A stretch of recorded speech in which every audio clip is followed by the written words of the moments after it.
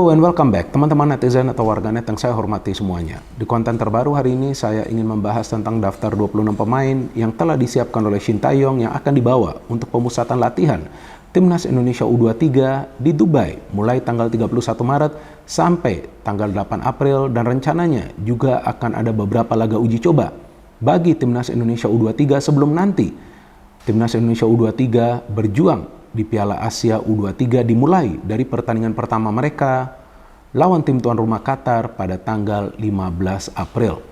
Tentu kita semua penasaran teman-teman, siapa saja pemain-pemain yang akan dipanggil oleh Shin Tae-yong. Sampai saat ini memang masih belum diumumkan.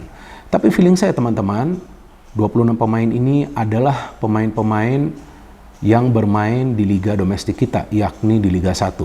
Saya sih belum yakin bahwa pemain-pemain yang bermain di luar negeri bisa gabung untuk TC ini. Tapi tentu, saya berharap mereka bisa gabung. Selain itu juga, selama pemusatan latihan, Shin Tae-yong juga bisa memberikan pemahaman tentang rencana permainan yang akan dia pakai selama Piala Asia U23. Karena Indonesia sama seperti di Piala Asia Senior lalu berada di grup yang maha berat teman-teman.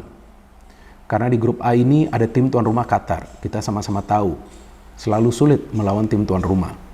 Kemudian ada Timnas Australia. Nah ini kan Timnas Australia yang senior membantai kita ya di Piala Asia Senior lalu ya dengan skor 4-0. Tentu tidak mudah juga lawan mereka. Dan yang ketiga lawan Timnas Jordania. Jadi memang 3 pertandingan ini sangat penting bagi para pemain dari Timnas Indonesia agar mereka di 3 pertandingan ini bisa bermain rapi. Kalau mereka tidak bermain rapi, ya jangan juga bermimpi untuk bisa lolos dari fase grup. Karena kan seperti yang sama-sama kita pahami bahwa targetnya dari Ketua Umum PSSI Pak Erick Thohir kepada Shin Tae-yong adalah bahwa harus membawa Timnas Indonesia U23 ini lolos dari fase grup, baru nanti akan diperpanjang kontraknya. Tapi kan yang menariknya bahwa dari Shin Tae-yong targetnya lebih tinggi lagi. Karena dia ingin agar Timnas Indonesia bisa lolos sampai ke babak semifinal. Dan menurut saya itu bukan target yang salah. Dan saya juga sebetulnya optimis, sama seperti Shin Tae-yong. Asalkan Timnas Indonesia U23 ini full tim. Tidak ada pemain yang cedera dan semua pemain bisa membela Timnas Indonesia U23. Cuma kan masalahnya sekarang adalah bahwa Piala Asia U23 ini kan tidak termasuk dalam kalender FIFA ya. Tapi kabar baiknya yang saya baca beritanya nih, baru saya baca kemarin, ada pernyataan dari Ketua Badan Tim Nasional Pak Sumarji bahwa klub-klub Liga 1 ya sudah fix akan mendukung Timnas Indonesia U23 dan akan melepaskan pemain-pemain yang dipanggil oleh Shin Tae-yong. Nah ini kan kabar baik tentu bagi kita semua. Dan memang mereka perlu juga lah melepas pemain-pemain mereka. Bahwasannya ada beberapa pemain Timnas Indonesia U23 yang merupakan pemain inti di klub mereka, tapi ini kan sekarang kan tugas negara. Dan juga untuk pertama kalinya loh, Timnas Indonesia U23 ini akan bermain di Piala Asia U23. Ya wajar lah, klub-klub juga perlu mendukung ya. Jangan sampai nanti ada pemain yang ditahan atau nanti dikasih alasan cedera, janganlah ya. Lepaslah semua pemain agar mereka bisa membela Timnas Indonesia U23. Cuma nanti pemain-pemain yang di luar negeri, nah ini gak gampang. Karena klub-klub di luar negeri tentu akan menahan pemain-pemain mereka. Nah ini gak gampang ya, sebab ini bukan kalender FIFA. Belum tentu juga mereka akan melepas pemain-pemain Indonesia. Seperti Rafael Struijk, Ivar Jenner, kemudian ada juga Marcelino Ferdinand, ada juga Elkan Baggett, ada juga Pratama Arhan, dan mungkin juga Nathan Chow-aon jika nanti dia sudah menjadi WNI, karena Nathan usianya masih 22 tahun.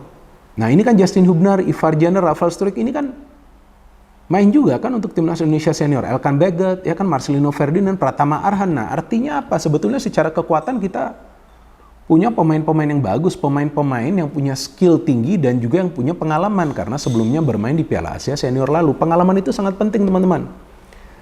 Apalagi kan di Piala Asia Senior lalu kita satu grup juga dengan tim-tim yang sangat kuat, ya kan? Ada Irak, ada juga Jepang, kemudian ada juga Vietnam. Tapi kan nggak buruk juga permainan kita. Bahwasannya kita kemudian dibantai oleh Australia, ya karena memang para pemain kita tidak bisa menciptakan banyak peluang yang berbahaya, kemudian finishingnya juga nggak bagus.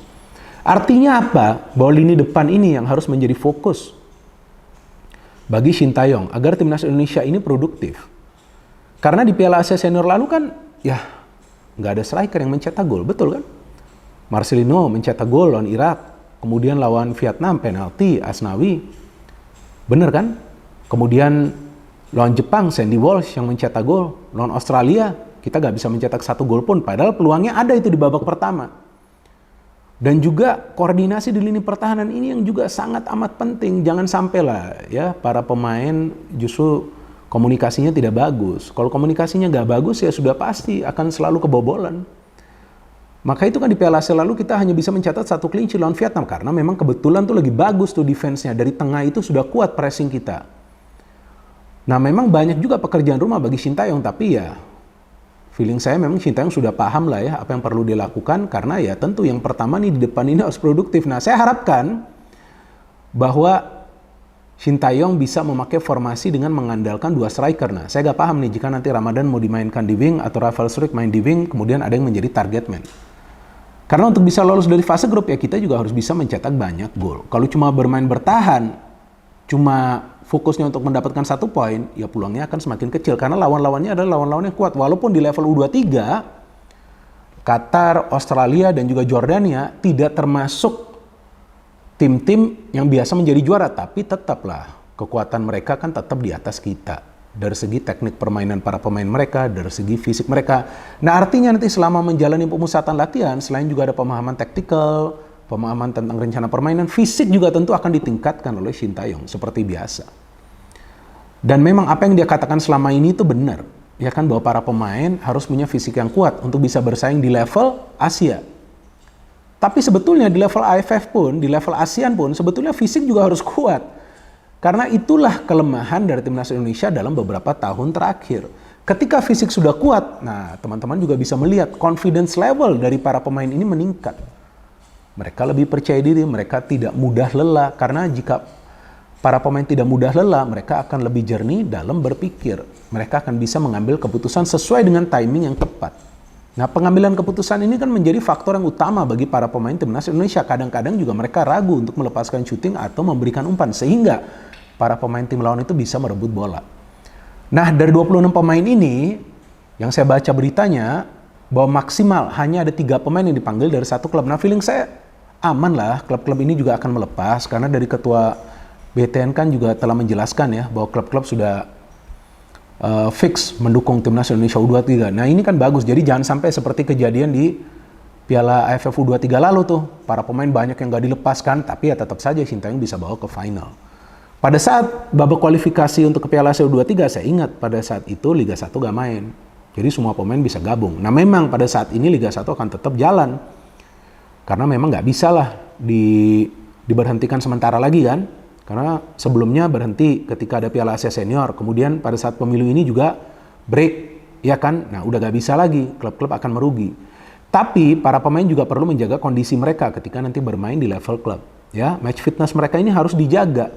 Sehingga nanti dalam pemusatan latihan juga mereka tidak membutuhkan waktu yang lama untuk bisa mencapai level match fitness yang diperlukan untuk bisa bermain nanti di Piala Asia U23.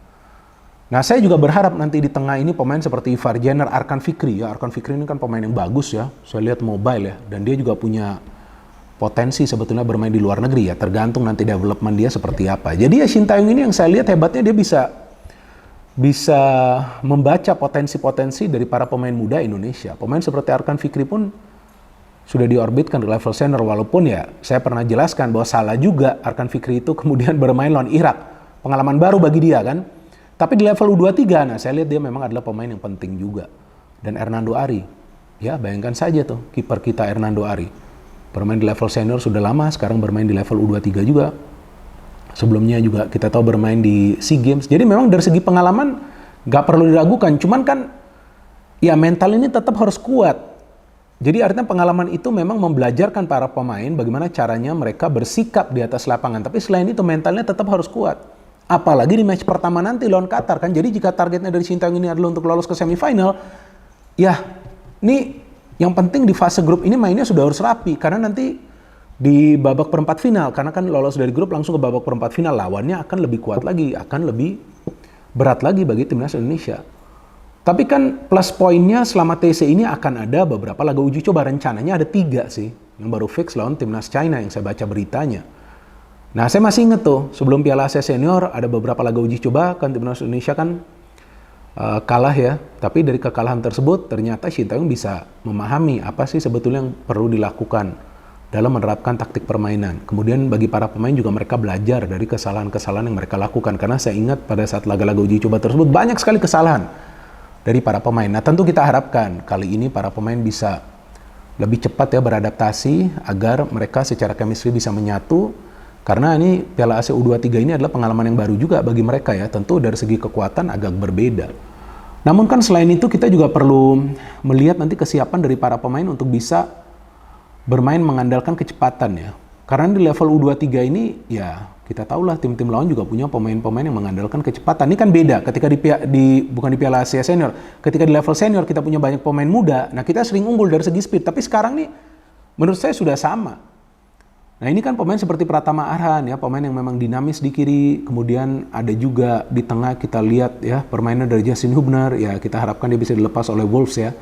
Kemudian di tengah ada Ivar Jenner ya, ini kan pemain-pemain yang memang solid. Ramadan Sananta nanti di depan bisa bermain. Tapi yang paling penting bagi Sintayong adalah untuk menjaga rasa optimisme dari para pemain. Maka itu juga dia menargetkan lebih tinggi lagi daripada yang diberikan target oleh Ketua Umum PSSI kan atau oleh PSSI. Kalau dari PSSI kan diminta untuk lolos dari fase grup, tapi Sintayong ini sudah ingin agar Indonesia bisa lolos sampai ke semifinal. Karena jika Indonesia lolos sampai ke semifinal, kemudian menang di perebutan tempat ketiga, maka Indonesia akan bisa bermain di Olimpiade tahun 2024. Nah, saya masih nunggu nih daftar 26 pemain ini.